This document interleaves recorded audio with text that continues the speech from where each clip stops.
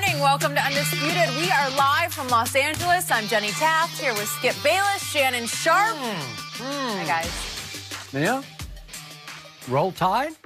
You impressed with that? Are you happy with that? No, 14-minute I'd be ashamed if I were you. No. I mean, boy, did the Bama get a break. Tua got hurt. That was a huge break for Alabama. That's so unbecoming. Tua got exposed. That's even beneath you, Skip. Exposed.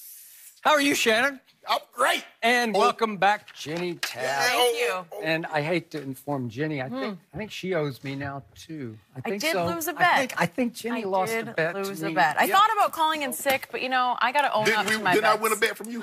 You won no bets from me. You still owe me 10 cases, and you owe me whatever we bet. Oh, no. Case. I will get it back on Wednesday. Once we beat the Spurs, I say we're going to go 4-0. We better beat the Spurs? That was not a case. Yeah, that was a case. You're just like fictionalizing cases, yeah?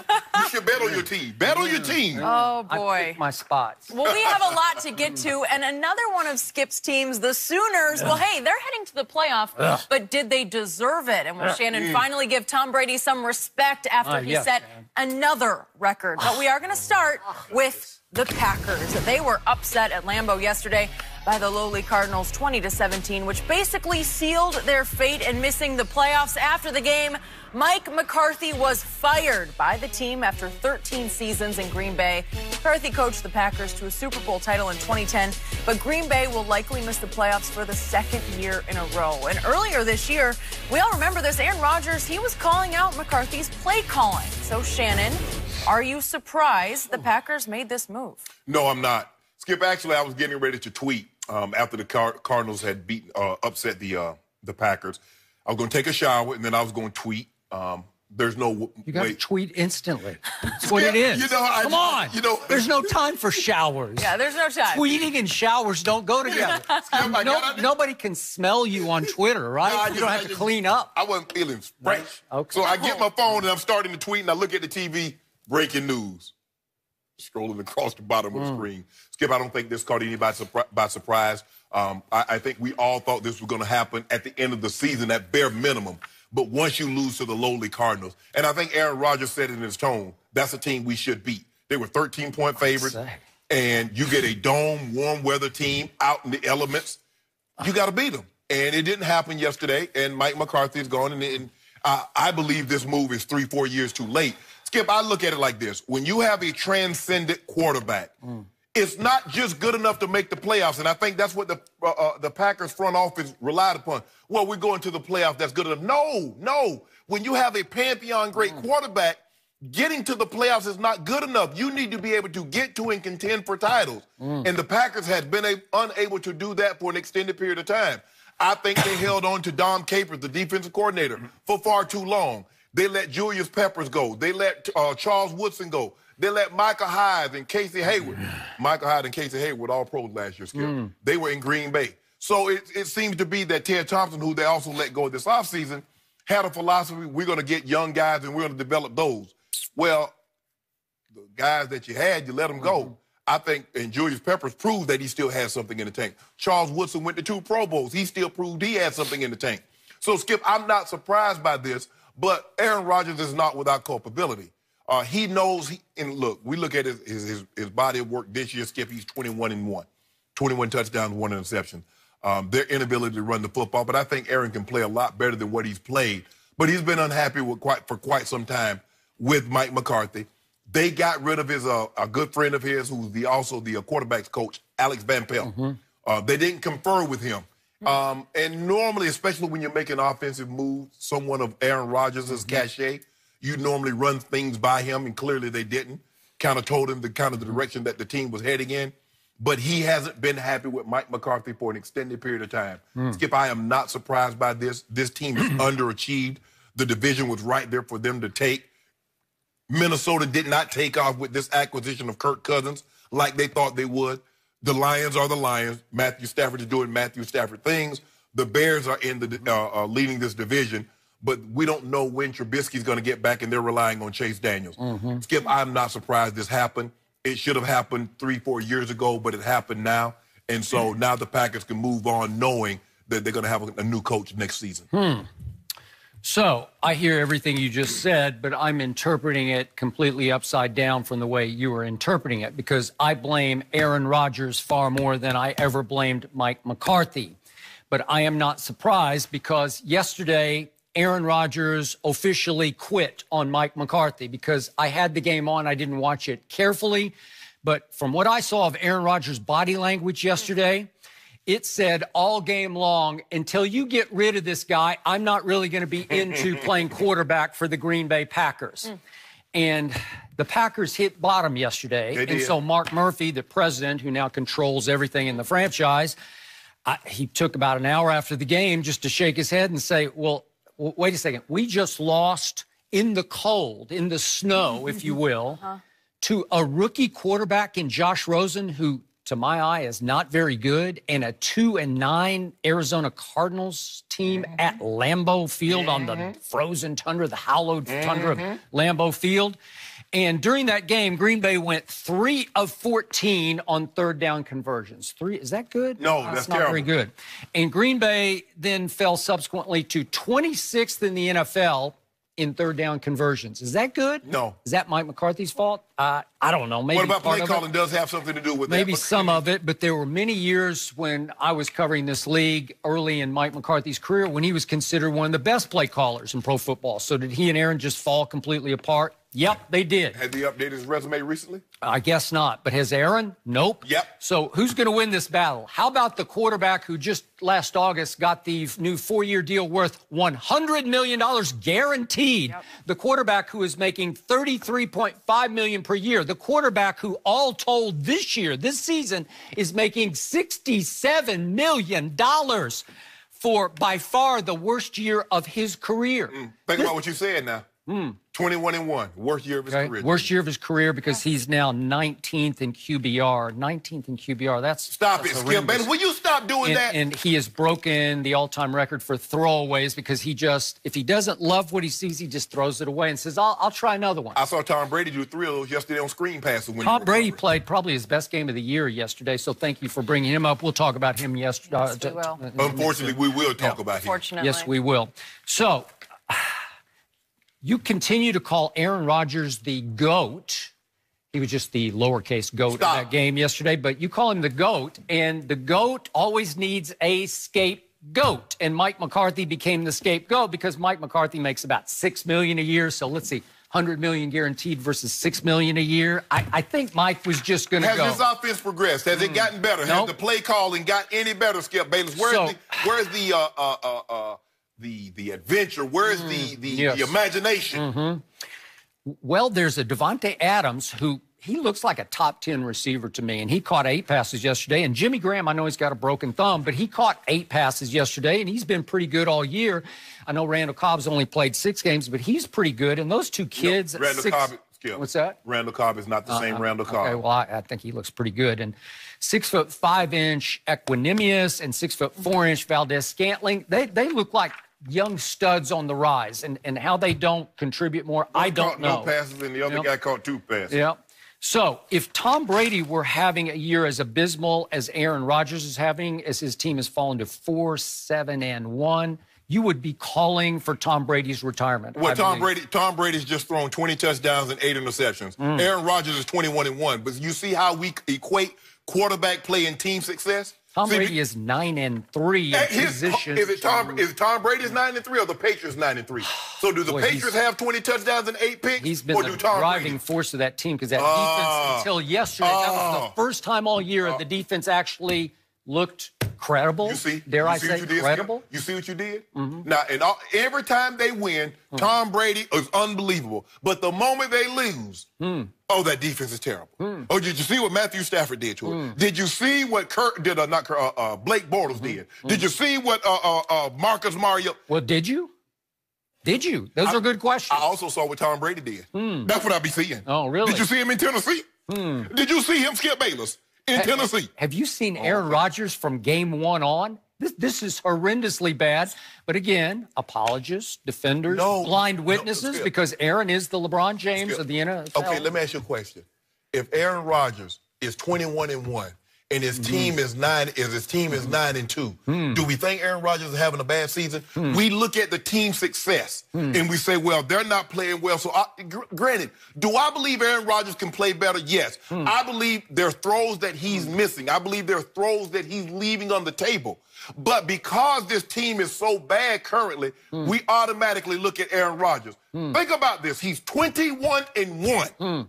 Tom Brady is 20-8. So let me ask you this. What am I to do with the fact that Aaron Rodgers ranks 28th in the NFL in completion percentage?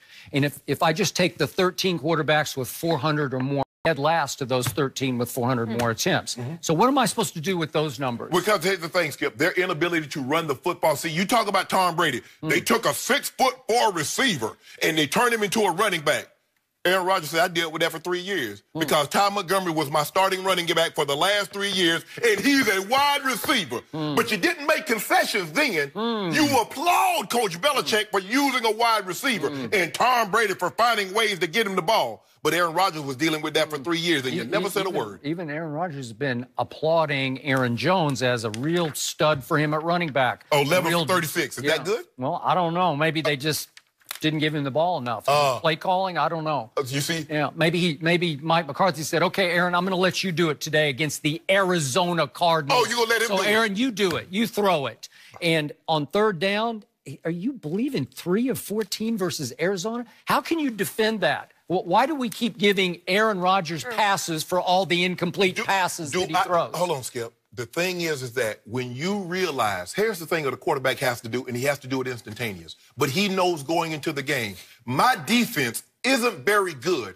If I were to turn this ball over or put this ball in harm's way, we're 4-6. I'm 21-1. 21 touchdowns, 1 interception. If I were to turn this ball over, what chance? There's already minimal chance that we're going to win the game, even if I don't turn the ball over. If I turn it over, we got no chance.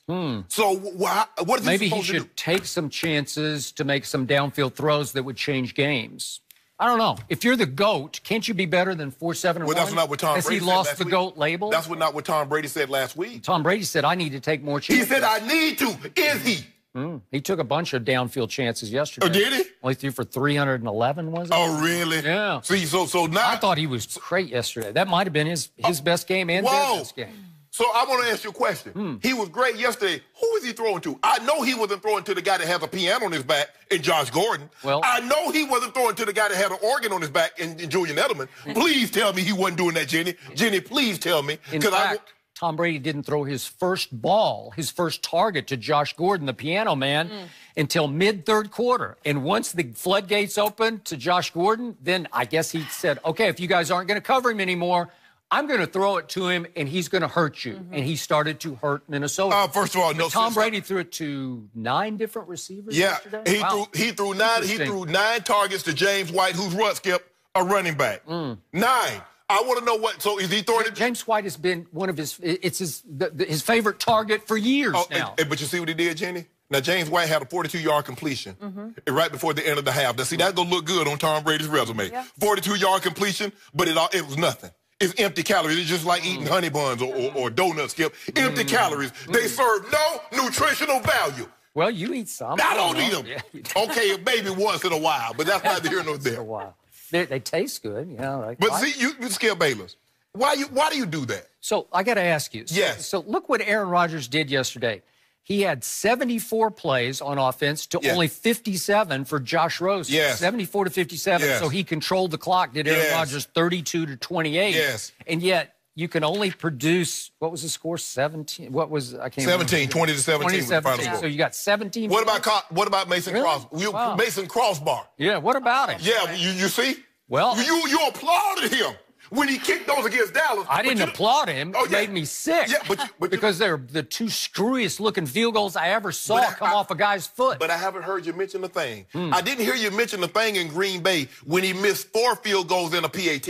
I didn't hear you mention a thing when he missed a kick that would have won Green Bay the game against Minnesota. I didn't hear you mention yesterday he missed that kick that would have tied the game and sent it to overtime. You didn't say a word, Skip Bayless. Why is that? Because it's the Arizona Cardinals. Why would you be in position to need a 49-yard field goal at the buzzer just to get into overtime? I just want to make sure. Really? I just want to make sure. So Tom Brady wins every game, no matter the opponent. So why is Adam Vinatieri going to the Hall of Fame? I mean, Tom Brady's had a better year than Aaron Rodgers. Would you agree with that? No. Tom Brady's team has had a better year than the Packers. So stop saying that. You know it's not true. 20-8. So when did 20 touchdowns and 8 interceptions become better than 21-1?